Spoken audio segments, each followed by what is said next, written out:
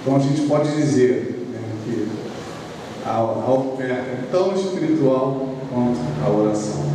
Amém? Então eu queria compartilhar, primeiramente, né, eu não tenho como deixar de falar que antes de tudo, a nossa motivação deve ser o amor.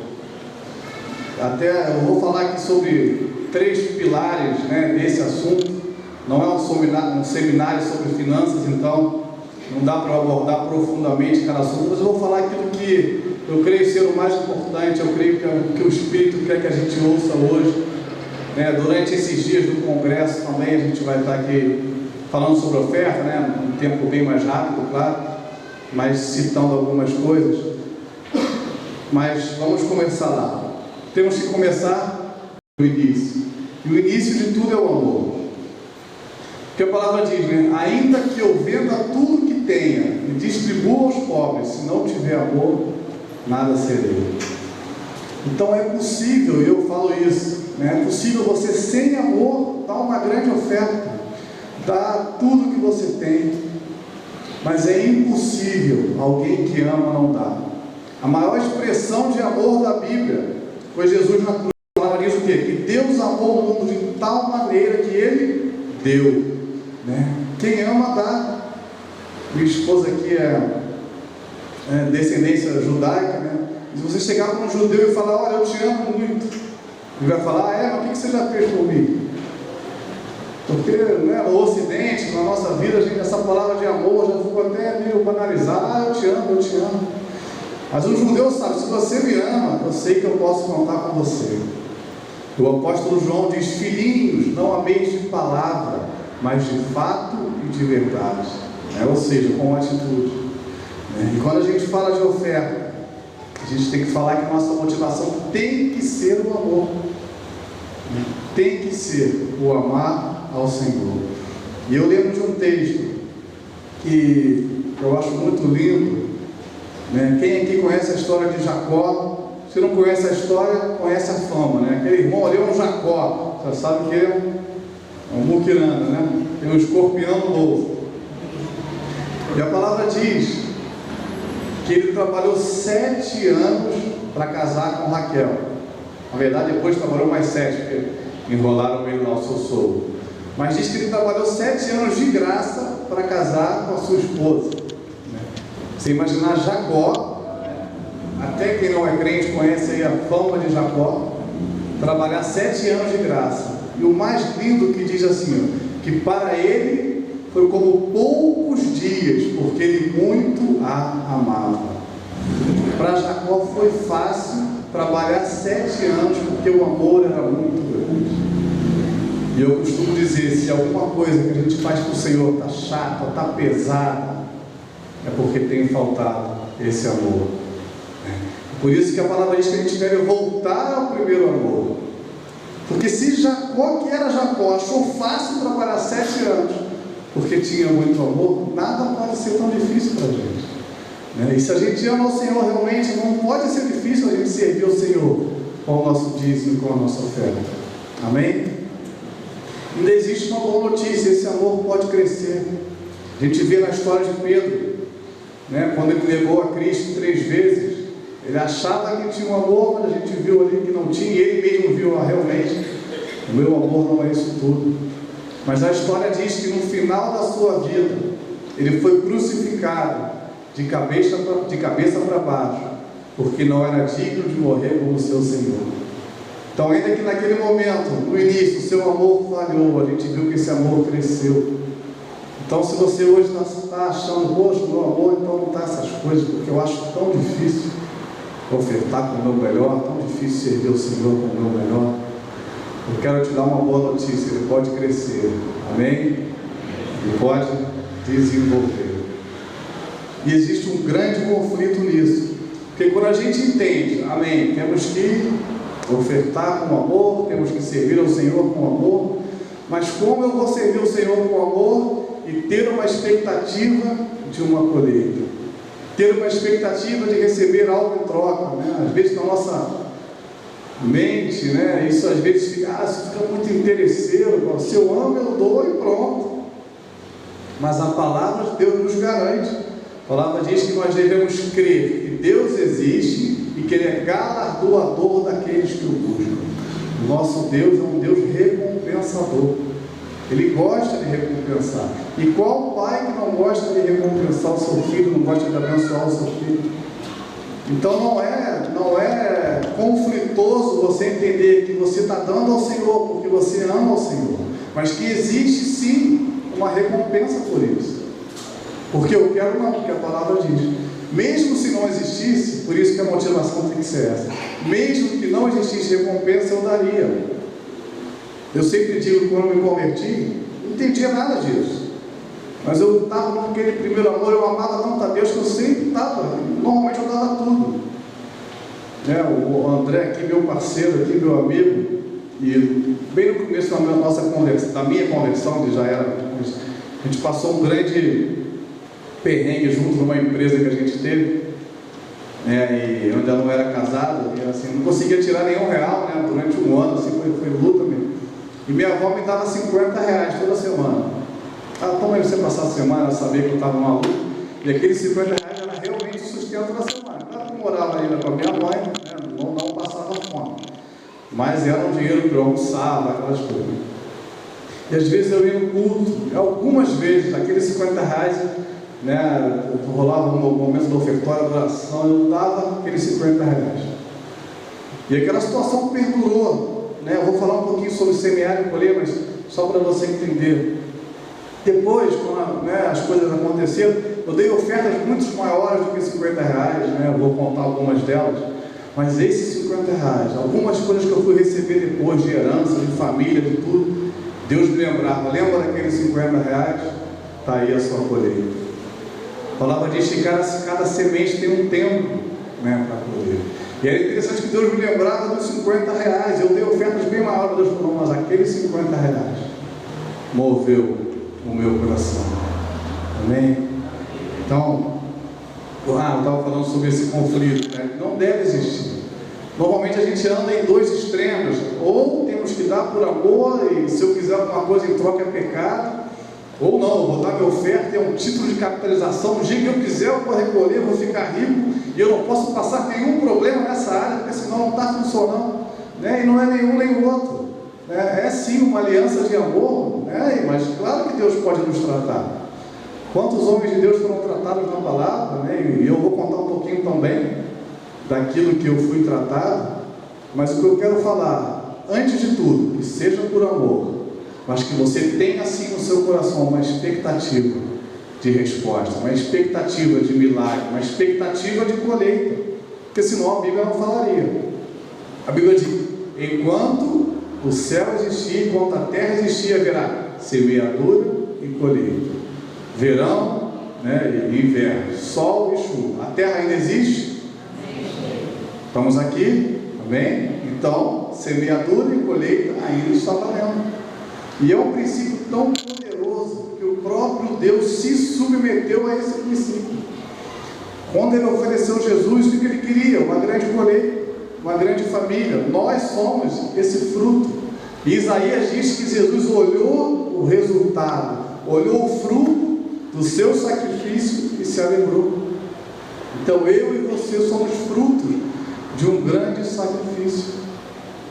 Então o maior exemplo que nós temos é o Senhor, amém?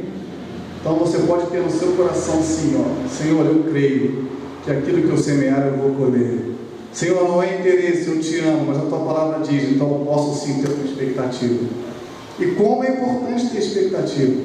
Muito se fala daquela viúva de Sarepta, aquela viúva que o profeta Elias, né? Havia um momento de seca sobre a terra. E o Senhor enviou o profeta Elias lá, aquela viúva, e ele chega e fala, olha, faz para mim aqui, né, um pedacinho de bolo, um pouquinho de água. E ela diz, eu não tenho. E realmente ela não tinha. O que eu tenho eu vou comer, amanhã eu e meu filho vamos morrer.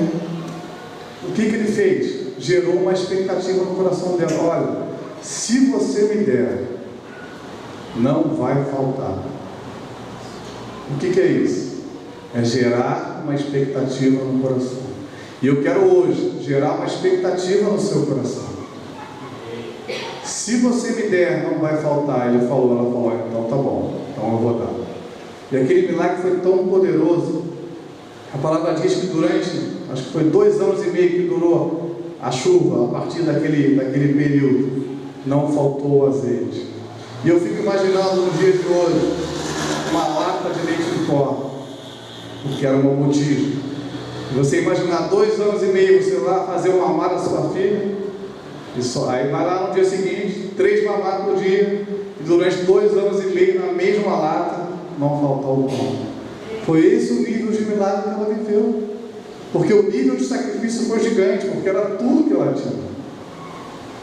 Normalmente a gente fala, que, voltando a outra viúva lá de Jesus, Deus não vê quantidade, aquela viúva deu uma moedinha, então também vou dar uma moedinha e Deus vai se alegrar. Já ouvi gente falando isso.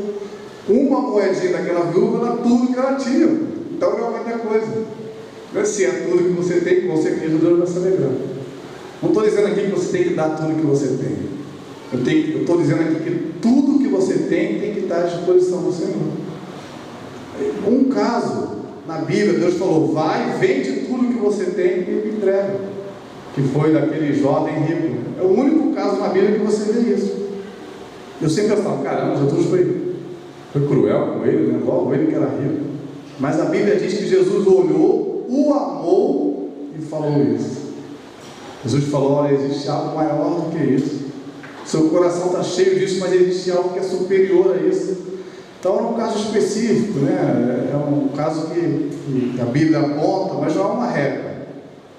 Mas a regra é, aquilo que você semear, certamente colherá. É o que a palavra nos garante, motivado em amor. Amém? Então vamos lá. Então, primeiro de tudo é ter a motivação certa, o amor. Eu tenho falado, eu acho tão lindo que a Bíblia nos ensina a coisa certa a fazer, da maneira certa a ser feita. Vou dar um outro exemplo, não tem nada a ver com finanças. A Bíblia diz que a gente deve exortar uns aos outros. Essa é a coisa certa a fazer. Mas diz que a gente deve exortar em amor. Se você exortar alguém, se não for em amor, não vai dar resultado, não vai dar fruto. Então a coisa certa a fazer é exortar. Qual a maneira certa? Em amor. Outro exemplo interessante. A Bíblia diz, não recebeis porque não pedis. Qual a coisa certa a fazer? Pedir. Mas logo depois Tiago diz, pedis e não recebeis porque pedis mal. Então, ou seja, Deus nos ensina a coisa certa a fazer, da maneira certa a ser feita. E quando a gente fala de oferta, de dízimo, de nos relacionar com Deus com isso, existe a coisa certa a fazer e a maioria já sabe. Mas a maneira certa a ser feita é essa, motivado por amor, dando o nosso melhor, confiando na provisão do nosso Deus.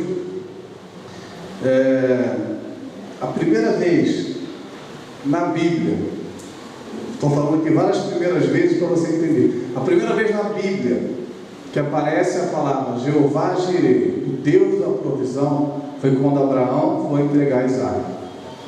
E eu costumo dizer que existe uma grande diferença entre você ter na sua vida o Deus da provisão e você ver a manifestação desse Deus, e seja o que for. Os nomes de Deus na Bíblia revelam o caráter de Deus, revelam aquilo que Deus é, e ao longo da história bíblica Deus foi se revelando. Jeová Rafa, o Deus que cura, Jeová Jireh, o Deus da provisão, e assim vai revelando quem era Deus.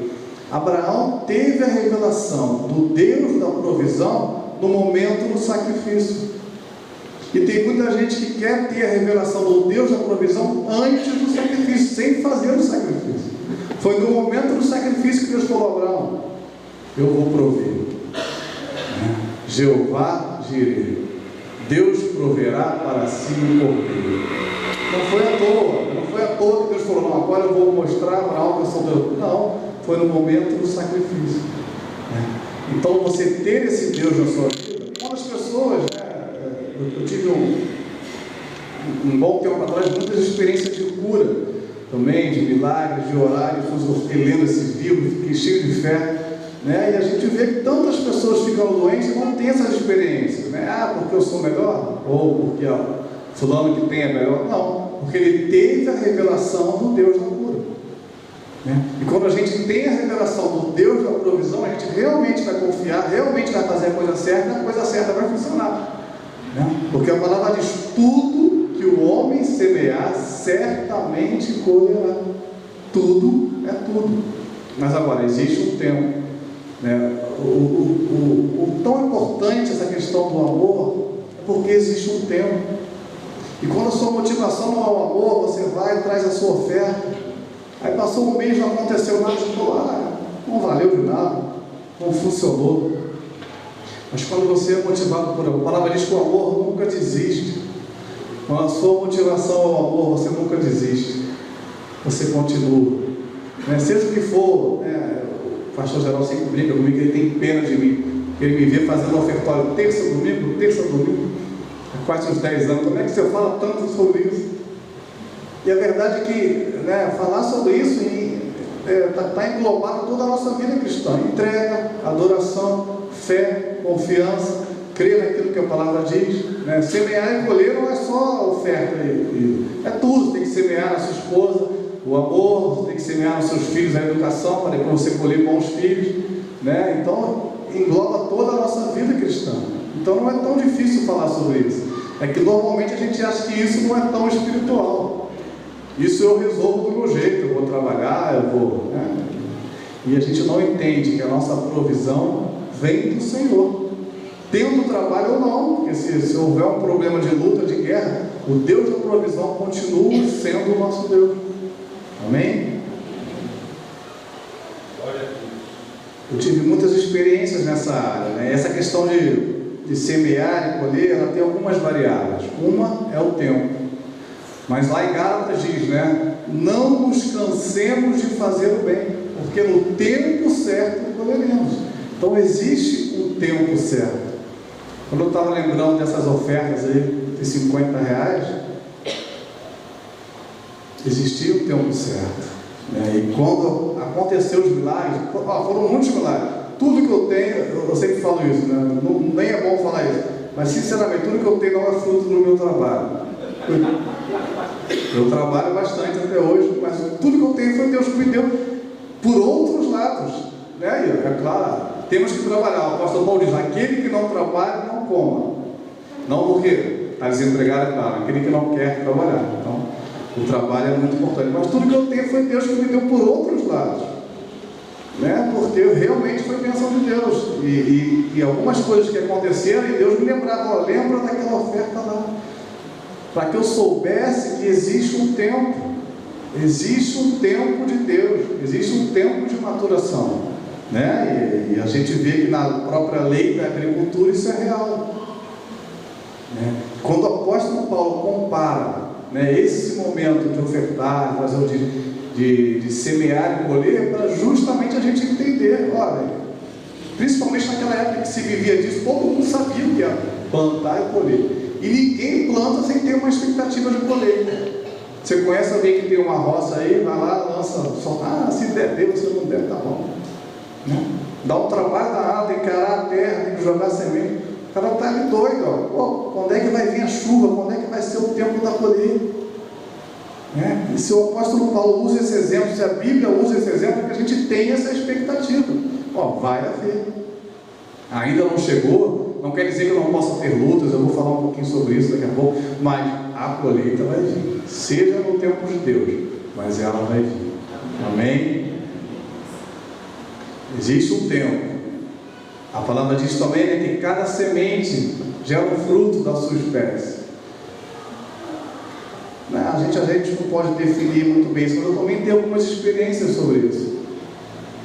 Certa vez a gente nunca tinha tido um carro zero, a gente tinha um carro bom, um Honda Fit. A gente foi para a Argentina para a Andréia gravar o CD dela. Andréia, irmã da Diana aqui, esposa do Mateus, a maioria conhece.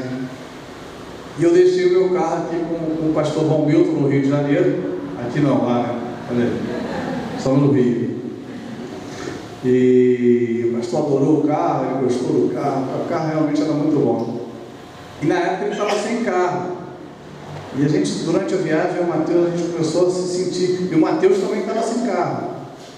A gente começou a sentir incomodado, pô, temos que dar um carro para o pastor, e a gente ficou orando, Deus falou com a gente, e era para ter um carro, para dar um carro zero, e a gente nunca tinha tido um carro zero, nem eu nem ele, foi bem no começo assim da nossa vida de casado. E aí falamos com o pastor, ele ficou super feliz, ele começou a procurar um carro popular e tal, e a gente continuou orando, e o Mateus falou, não, tinha que ser um Honda Fit, porque ele gostou e tal, e Deus falou com a gente, pode dar. A gente ficou num modo, assim, momentos difíceis, começo de casamento, a gente ficou, tá bom. Fui feliz, claro, de abençoar ele, mas realmente era um grande desafio, né? E aí fomos com ele, aí tem vários detalhes em cima disso, a pastora queria um carro que fosse preto, e a gente foi lá na agência no dia, só tinha um que era preto, né? Então a gente, não, realmente é de Deus, a gente comprou, eles ficaram muito felizes.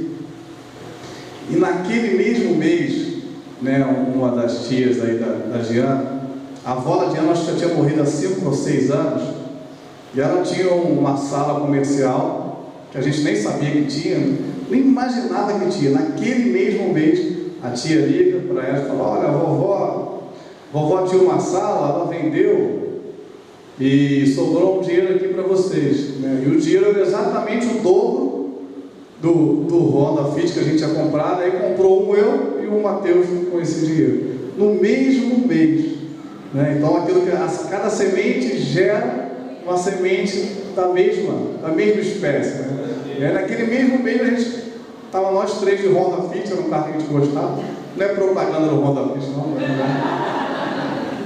mas era um carro bom que o pastor tinha gostado muito, e a gente teve a experiência. Eu sempre falo que o mais lindo dessas experiências não é você ter o resultado. Esses 2 meses agora eu tive também experiências interessantes que eu vou contar, mas eu sempre falo que o mais lindo é você ver a fidelidade de Deus, você ver, nossa, funciona, né? Isso é real, a palavra funciona, a gente tem que crer realmente. E quando acontece, fica assim, né? Você não fica feliz, agora eu vou poder ter um carro zero. Você fica feliz, nossa, Deus é fiel. A palavra é fiel, né? Isso funciona realmente. Então, é mais um princípio da semeadura e colheita. Poderia aqui, né, falar muitas coisas sobre semear e colher, mas eu vou citar alguns pontos que eu creio ser o mais importante. A palavra diz que a semente também tem que morrer para dar fruto. Diz, se o grão de mostarda não morrer, né, não vai gerar fruto. E quando a palavra diz isso, eu entendo que é a nossa entrega real. Entregou, morreu, né? Não é seu mais, esquece, né? Você não está aqui. Eu brinco às vezes lá, tem gente que leva a oferta que parece estar enterrando um ente querido. Ai, meu Deus, né? Aquela dor no coração, volta logo. Entregou, morreu. Existe uma colheita, Deus vai te abençoar, mas a sua semente tem que morrer, né? A palavra diz que tem que ser com alegria. Então enterrar um ente querido não é uma comparação boa. Venha sorrindo. Eu sei quem botou, não sei se foi o pastor que botou aqui a dancinha dos africanos lá, não sei quantos viram aí, né? Lá na África, foi o Rogério? Não. Lá na África, eles trazendo oferta, vem dançando, pulando, é uma alegria, né? Eles realmente têm esse entendimento que é um momento de adoração, né? É um momento de reconhecer quem é Deus, de confiar em Deus, e Deus se alegra disso. Amém? Vamos lá. Fiz aqui alguns tópicos para não me perder, mas também já pulei um montão, já falei outras coisas. E a gente podia dar muitos outros exemplos na palavra. Eu gosto de um que Salomão, quando virou rei, né, quando Davi passou a coroa para ele, diz que ele fez um sacrifício de 1000 bois. É claro que hoje a gente não tem mais essa questão dos animais, né, do sacrifício, mas foi um grande sacrifício de 1000 holocaustos, 1000 bois. E a palavra diz que naquela mesma noite Deus apareceu para Salomão e falou: Salomão, pede o que você quiser. Você acha que foi à toa esse sonho? Na mesma noite que Salomão ofereceu ao Senhor 1000 bois, Deus apareceu para ele e falou: filho, pede o que você quiser. Ou seja, você tocou meu coração, filho. Esse sacrifício moveu meu coração. E aí Salomão pede sabedoria, aquele texto que a maioria conhece. E Deus falou: por que você pediu sabedoria? Eu vou te dar riqueza e tudo mais. E Salomão foi o rei mais sábio e mais rico de toda a história, né? Mas foi uma colheita imediata, por um sacrifício muito grande, mas foi uma colheita imediata. A Bíblia diz assim, ó, naquela mesma noite, né? Tudo que está escrito, a palavra diz, está escrito para o nosso ensino, não é à toa aquilo ali. Se foi naquela mesma noite, porque com certeza foi resultado daquele sacrifício. Amém? Amém. E eu queria falar de algo. Falamos de amor, falamos de semear e colher. Talvez é o que mais se fala e realmente é o princípio que permeia aqui todo esse assunto. Mas eu quero falar hoje sobre as verdadeiras riquezas. Tem um texto, vamos ler comigo aí, Lucas 16.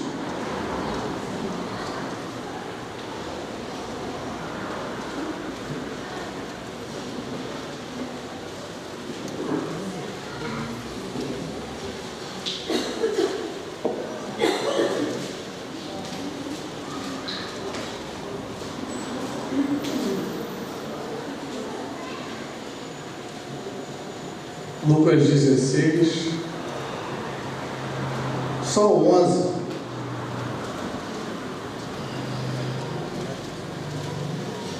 É uma parábola aqui do administrador infiel. Mas esse texto me chama tanta atenção.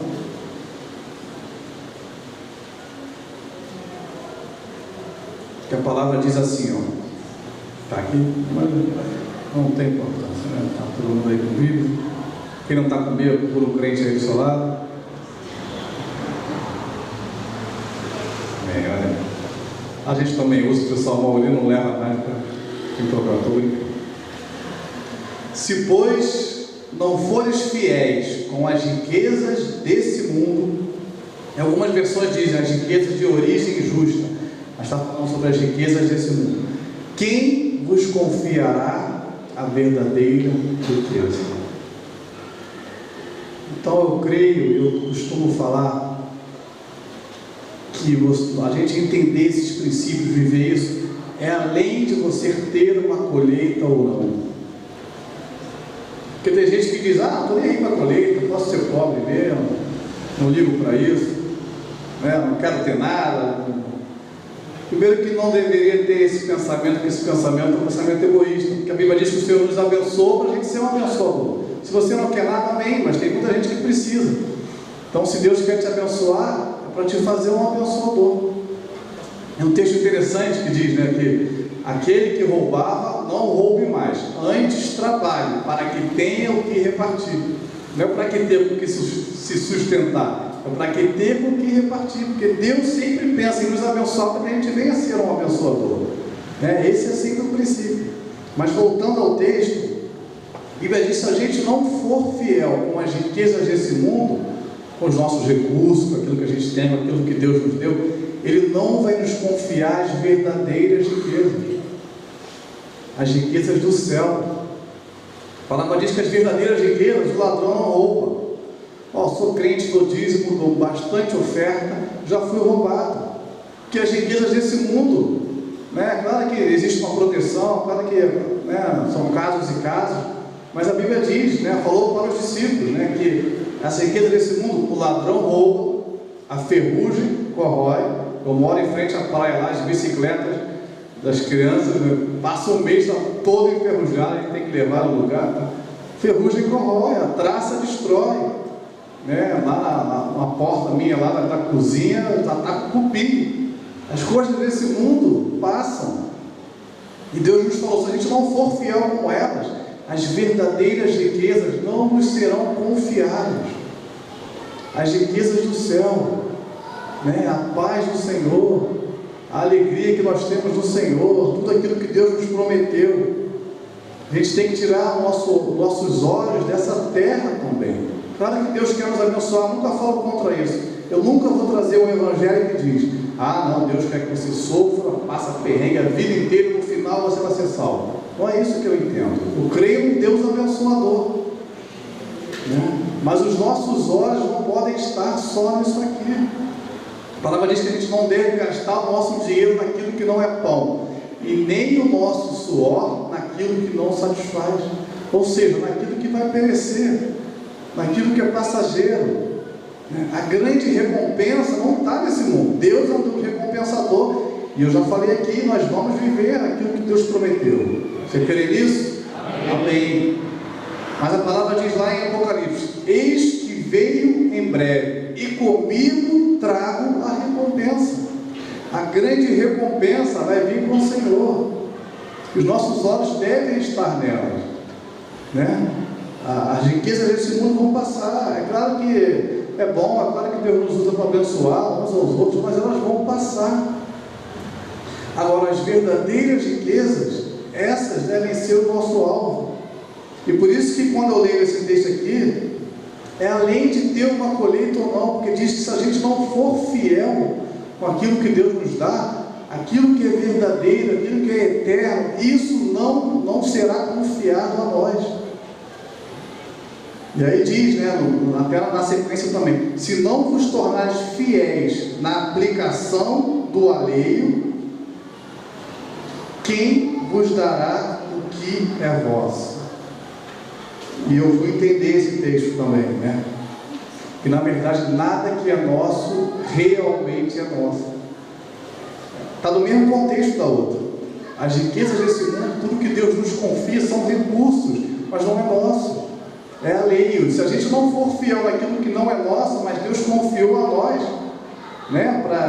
Para sobreviver, claro, mas para servir a Ele, aquilo que é nosso real, que é a recompensa eterna, não nos será confiado. Então o papo fica muito mais sério do que não, vai ter uma colheita, não vai ter, semeei pouco, semeei muito. Deus está nos falando que a gente deve ser fiel sim, porque Ele tem coisas maiores, tem riquezas maiores nessa terra do que as coisas dessa terra. Voltando, eu não falo contra as coisas dessa terra, tenho bastante experiência aqui, já contei uma aqui, eu vou contar mais algumas. Deus nos abençoa, desde que a gente tenha um coração abençoador. O propósito é só esse. Quando Deus chamou Abraão, Deus falou: Abraão, te abençoarei e te farei uma bênção. Ou seja, eu vou te abençoar, Abraão, para que você possa abençoar muitos. Através de ti, todas as famílias da terra serão abençoadas. E até hoje, pela fé, nós somos filhos de Abraão. A palavra diz isso, né? Então a palavra se cumpriu em Abraão.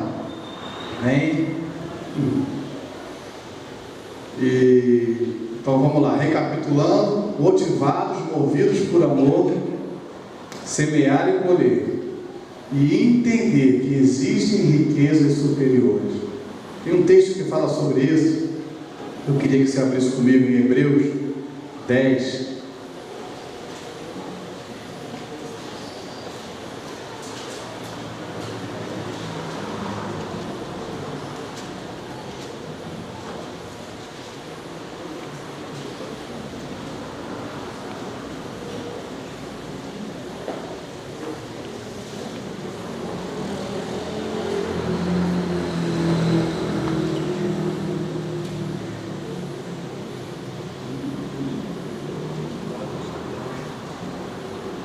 Estou achando, subiu.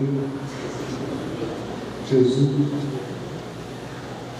Só botei Hebreus 10, mas é com certeza em Hebreus 10, então eu vou achar aqui. O texto diz que vocês se compadeceram, né, dos que estavam presos, né, e receberam os espólio dos seus bens. Quem pode me ajudar aí?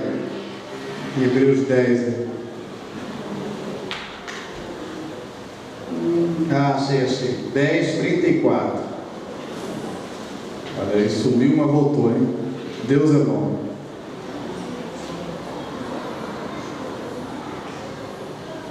E eu, dentro aí do meu processo de aprendizado, né, tem muito que aprender nessa área.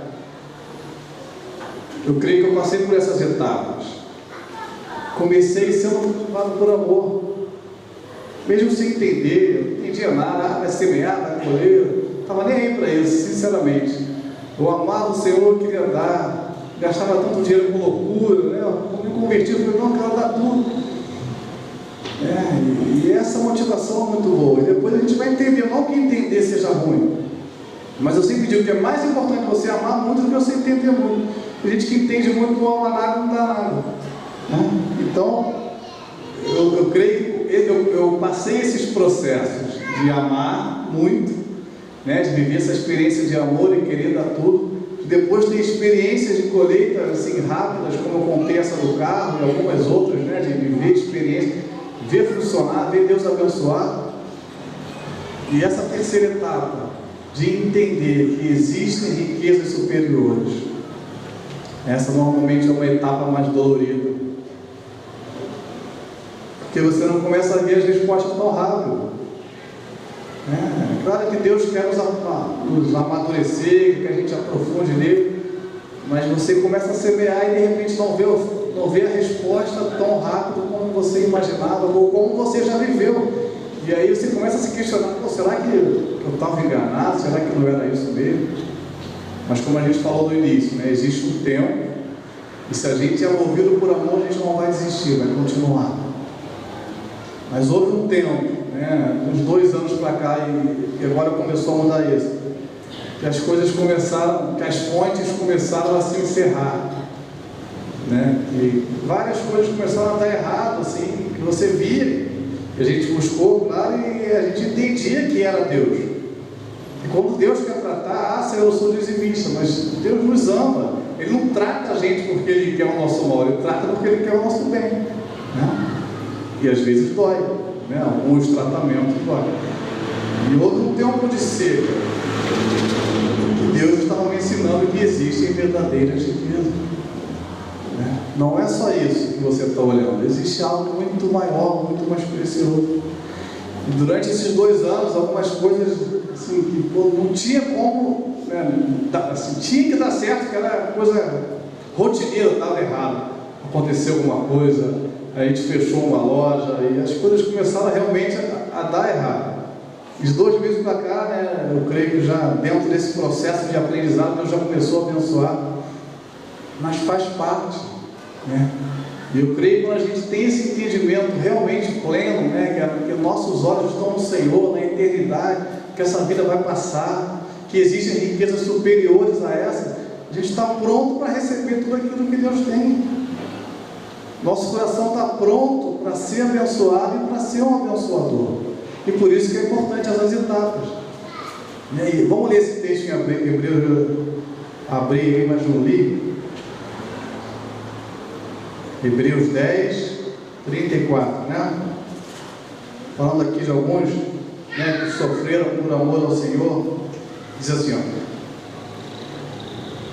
porque não somente vos compadeceste dos encarcerados, aqui eu não vou nem entrar nesse, vou entrar no segundo mérito aí do versículo, como também aceitaste com alegria o espólio dos vossos bens. Quem aceita com alegria perder? Eu não. Você aceita aí? Quem gosta de perder? Está amarrado, em nome de Jesus. Mas diz que eles aceitaram com alegria o espólio dos vossos bens. Por quê? Eram bobão? Burros? Aí a continuação: tendo ciência de possuir vós mesmos patrimônio superior e durável. Perder não é bom, ninguém gosta de perder, mas eles aceitaram com alegria a perda porque eles tinham ciência que eles possuíam bens superiores, verdadeiras riquezas. Esse é o grande lance, o grande entendimento, a gente entender que tem bens superiores, e que ainda que a gente venha ter nessa vida perdas, porque por mais que você venha semear, nessa vida a gente tem perda. Pessoas morrem, a gente é roubado, a gente perde coisas, a gente às vezes bate o carro, né? Claro que Deus nos livra, eu tenho muitas histórias de livramento, mas as coisas acontecem. A gente que mora no Rio de Janeiro já foi assaltado algumas vezes. Vou falar: Senhor, estou dando a oferta que você me roubou. Normalmente a gente vê a restituição do Senhor, Deus abençoa com alguma outra coisa, mas é para entender que os nossos olhos não podem estar nessas coisas. A Diana teve um sonho, não sei se ela vai querer dizer agora, não, mas era isso, e que Deus falava para a gente claramente, ó, se for necessário ruir tudo que vocês têm, se for necessário perder tudo que vocês conquistaram, tudo que eu dei, para que vocês realmente entendam a essência, isso vai acontecer, porque eu amo vocês, né? O sonho não era só para a gente, mas falava isso, e isso é real. Se isso for necessário para que a gente entenda realmente o valor que existe em nós, em Cristo, para que esse patrimônio superior, que esses homens reconheceram e aceitaram com alegria. Provavelmente eles perderam isso aqui porque eram cristãos e os romanos pegaram lá. Vocês estão falando de Jesus, aí vamos pegar isso de vocês. Perderam tudo que tinham. Eles não ficaram chorando, murmurando, aceitaram com alegria. Não porque eram bobões, mas porque sabiam que possuíam bens superiores. Amém? Eu quero que você saia aqui hoje com essa certeza que você possui bens superiores, riquezas que nada pode roubar, que nada pode destruir, que ferrugem não pode acabar. Isso pertence a você. O Senhor reservou para você. Amém? Amém? Entenda isso. Isso é uma palavra poderosa. E quando a gente entende isso, a gente sofre menos. Né? Jesus diz, né, que a gente não deve andar preocupado com essas coisas, mas todo mundo que eu conheço está preocupado. Lá na passagem, né, do monte, o sermão do monte, o Senhor fala, né, dos lírios do campo, que Ele veste os lírios do campo, que não semeia, nem colhe, que Ele cuida de tudo, quanto mais a nós. Ele diz assim, ó, que vocês não devem andar preocupados com essas coisas, como fazem os ímpios. Mas quase todo cristão que eu conheço anda preocupado com essas coisas. Por isso é tão importante falar sobre essas coisas. Você não deve andar preocupado com isso. Amém? Você tem um Pai que te ama, que se revela a nós como um Deus provedor, que tem cuidado da minha vida e da sua vida. E mesmo nesses tempos difíceis que todos passam, Deus continua sendo o Deus da provisão. Parece que não vai dar, mas dá, né? Algumas vezes a gente falou, agora, mas no final dava, porque Deus não muda. A gente cantou aqui, no mesmo ontem, hoje e o será para sempre. Então, se Ele se revelou como o Deus da provisão, Ele é o Deus da nossa provisão. Amém? E nesses últimos meses eu comecei a ter novamente experiências de ver Deus movendo algumas coisas, né? Há 2 anos atrás, a gente, na verdade 3 anos, né, eu e o Mateus compramos uma sala comercial na planta, né, esses investimentos que, antes de ter esse crescimento imobiliário, essa bolha doida aí. E aí ela ficou pronta, dobrou o valor, foi um ótimo investimento, né? A gente estava ainda vivendo bons momentos. E aí começou as fontes a secarem, né? E a gente tentando alugar a sala. E a sala tinha um custo alto, R$1.000 de condomínio, não sei o que, aquela sala bem bonita mesmo. A gente começou a ficar preocupado, porque estão passando uma luta, ainda tem R$1.000 a menos, né? Porque além de não alugar e você não ganhar nada, você vai ter que pagar. Né? E aí a gente começou a anunciar, anunciando um preço alto no imobiliário. Depois a gente não conseguiu alugar, a gente ficou tentando, né? E conforme a lei do mercado não conseguiu, tu vai baixando o preço. No final a gente estava quase dando a sala, ó, entra aí, paga o condomínio aí, tá bom pra caramba, né? E a gente orando, tudo. Mas interessante, nesse mês, isso foram 2 anos. Aí nesse mês agora, né, de junho, a primeira imobiliária que a gente tinha colocado, ela ligou, olha, eu estava aqui com a chave de vocês ainda, a gente nem lembrava que essa chave estava lá. Tem uma pessoa muito interessada, eu já levei lá algumas vezes, já aprovei a ficha dela, está tudo certo. E eu já fechei aqui, quero que vocês venham aqui só assinar, né? A gente nem mostrou nada. E o interessante é que foi o primeiro preço que a gente deu há 2 anos atrás, estava o preço lá em cima. Se a pessoa soubesse que a gente tivesse baixado o preço, foi menos que a minha negociar. mas a imobiliária fechou no primeiro preço. E aí Deus falou, eu estava tratando, não é? Quando Deus quer fazer, Deus quer fazer. A gente não fez nenhum esforço, a gente já tinha feito, nada deu certo. Então, vamos entrega na mão de Deus aí, né? Ele estava pensando se a gente vende, não vende, o que a gente faz. E a gente começou a ver, né, que Deus está movendo. Que ainda que por um tempo a colheita não foi visível, não quer dizer que ela não existe. Essa é a grande chave da palavra. É crer ainda que você não esteja vendo o resultado. Tem um texto que fala sobre isso que eu acho lindo. Moisés, né, quando foi abrir o mar, ele estendeu o cetro ali e o mar se abriu. Josué, depois que tomou o lugar de Moisés, logo depois, né, viu aquela experiência de Moisés, estava na fé, e Deus falou, vai, estende também, pisa aí a planta do seu pé que vai abrir o mar, e diz que ele pisou, só que abriu o mar a não sei quantos quilômetros, sei lá, 60 quilômetros para cima da onde ele pisou. Ou seja, quando ele pisou não aconteceu nada. E provavelmente, segundo estudiosos, demorou 5 ou 6 horas para começar a dar algum efeito que vai baixar a água. Então você imagina Moisés, né? Josué estava junto, Moisés pisou, abriu, atravessaram o mar, aquele livramento. Josué já com aquela ideia na mente, poxa, funcionou, agora Deus vai ser comigo também. Ele vai lá, pisa, e o mar, mesma coisa, igualzinho, idêntico estava. Não houve nenhuma mudança. Mas a palavra diz que ele não ficou o pé até que as águas secassem. Isso é a fé. Não é porque não aconteceu, que se Deus falou que o mar vai abrir, ele falou, então vou sair daqui. Não é que eu morro em pé aqui, isso aqui vai ficar livre. E realmente abriu. Né? Porque existe esse tempo. E a gente quer a resposta ontem, mas Deus tem um tempo. Não nos cansemos de fazer o bem, porque no tempo certo colheremos. Amém? Amém? Amém? Então eu queria hoje profetizar sobre a sua vida. Realmente, né? A gente deixou esse tempo do ofertório para o final, eu vou participar também.